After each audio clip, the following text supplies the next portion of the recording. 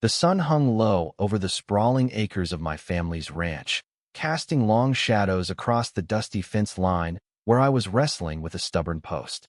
The air carried the faint hum of cicadas, but that peace shattered when a piercing shriek sliced through the afternoon. It wasn't the usual neighborly squabble over barbecue smoke or kids' laughter. It was raw, unhinged panic, the kind that makes your gut twist and your hand tighten around the hammer. Dropping my tools, I squinted toward the source, a manicured lawn across the hill where our property kissed the edge of a glitzy subdivision that had sprung up like weeds a decade ago. There she was, Karen Whitestone, the self-appointed queen of the HOA, standing in her neon green yoga gear, pointing at my land like she'd spotted a missile silo. Her platinum hair glinted as she waved her phone like a grenade launcher, screaming into it with the fervor of a doomsday preacher. From a distance, she looked like a deranged flamingo staking claim to her turf. If flamingos wore designer athleisure and had the charm of a cornered rattlesnake. Karen was infamous for her meltdowns over mailbox sizes or unapproved paint shades, but this was next-level hysteria, even for her. The cause? My daughter, Emma, had come home on leave 3 days earlier, her first visit to the ranch in years. She'd seen things overseas I wasn't cleared to know and didn't dare ask about. All she wanted was to nap under the ancient pecan tree where her mother used to sing her lullabies. So, she'd slung her military hammock between the tree and a fence post, tossed her weathered pack beneath it, and drifted off in what should have been a postcard moment of tranquility. The spot was hidden from the road, barely visible from our porch, but apparently it sat in the crosshairs of Karen's upstairs window, where she ran her daily espionage on the neighborhood. To Karen, Emma's dusty boots and tactical gear spelled terrorist, and she was hell-bent on turning a soldier's rest into a national security crisis. Emma wasn't the lanky kid who used to chase cabs anymore. At 26, she was all lean muscle and quiet steel, her eyes scanning rooms for exits, her hands twitching toward a holster that wasn't there. She moved like someone who'd learned that hesitation could cost lives. I was halfway to the commotion when I saw her stir in the hammock, awake but still, watching Karen's theatrics with the calm of a predator sizing up prey. Karen's voice carried over the hill, spitting venom into her phone. Unknown intruder. Suspicious activity. Possible terrorist threat. Each word dripped with the drama of a B-movie actress, but the sirens wailing in the distance meant this was no rehearsal. My jaw clenched as I quickened my pace, knowing this was about to spiral into a mess no one could untangle with a polite chat. Sheriff Dan Morrow screeched into my driveway, his cruiser kicking up gravel like he was chasing a bank robber. A burly man in his 40s, Morrow loved his badge almost as much as he loved the power it gave him. 2 more units followed, lights flashing like a cheap rave, which felt like overkill for a napping veteran, but par for the course when Karen pulled strings. She stood at her property line, arms crossed, smirking like she'd just saved the county from Armageddon.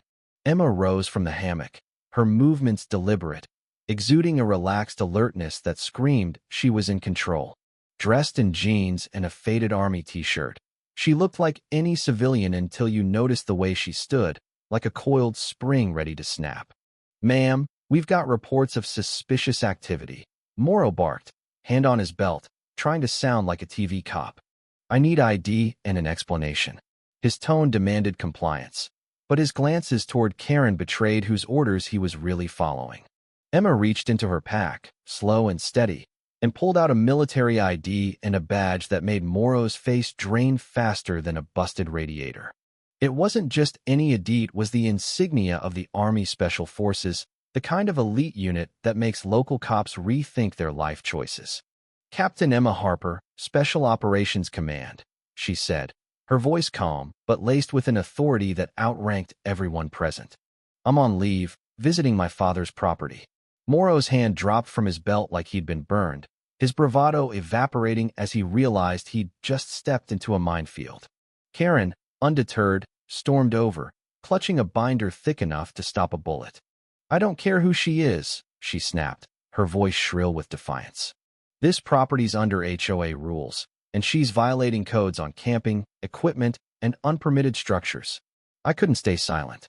"Karen, my ranch isn't part of your HOA. The boundary's been clear for decades. Your jurisdiction ends at the old wire fence.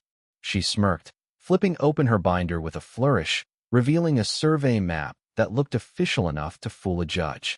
According to this 2021 rezoning, your land's under our standards. You owe 15 years of fees $50,000. Pay up, or we'll seize the property.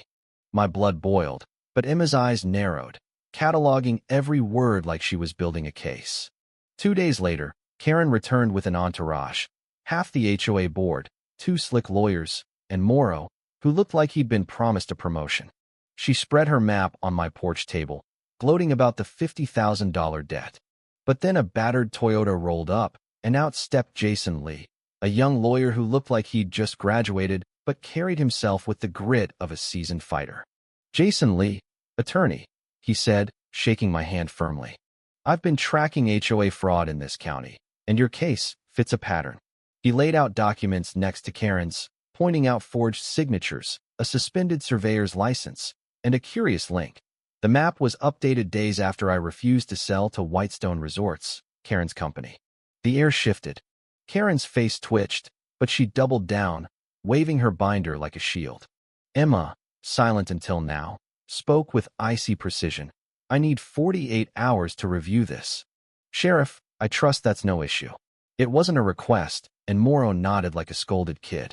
That night, Emma and Jason turned my kitchen into a command center, unearthing a scam that had fleeced 20 families.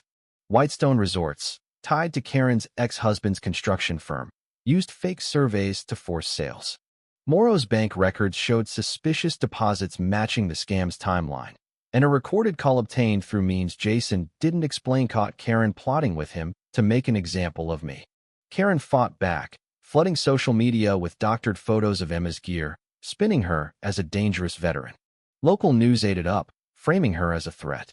The pressure hit Emma hard. Her commanding officer, Colonel Mark Thompson, called, warning that her security clearance was at risk. But Thompson flew in, and his press conference was a masterstroke. Captain Harper led a classified mission saving 15 hostages, he declared, revealing her Medal of Honor nomination. The media pivoted, but Karen's fate was sealed when Mrs. Ellen Pritchard, a 70-year-old neighbor, handed reporters a folder of evidence-forged documents, secret meetings, and cash trails proving Karen's empire was built on lies. At dawn, FBI agents swarmed Karen's mansion, hauling out evidence while she was led away in handcuffs, her smugness replaced by shock. Morrow's live-streamed confession, a pathetic bid for leniency, admitted bribes and intimidation. Emma's hidden cameras caught Karen burning documents, sealing her fate. In court, Jason, now a prosecutor, exposed a $4 million fraud targeting 30 families. Karen's own surveillance tapes, played for the jury, revealed her chilling mantra: fear ensures compliance. She got 20 years, Morrow, 3. The victims reclaimed their homes, and new laws curbed HOA abuses.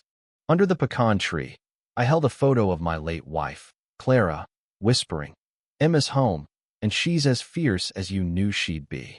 The ranch felt whole again, but Karen's final courtroom glare defiant even in defeat left a chill. Justice had won, but her kind of venom never truly dies.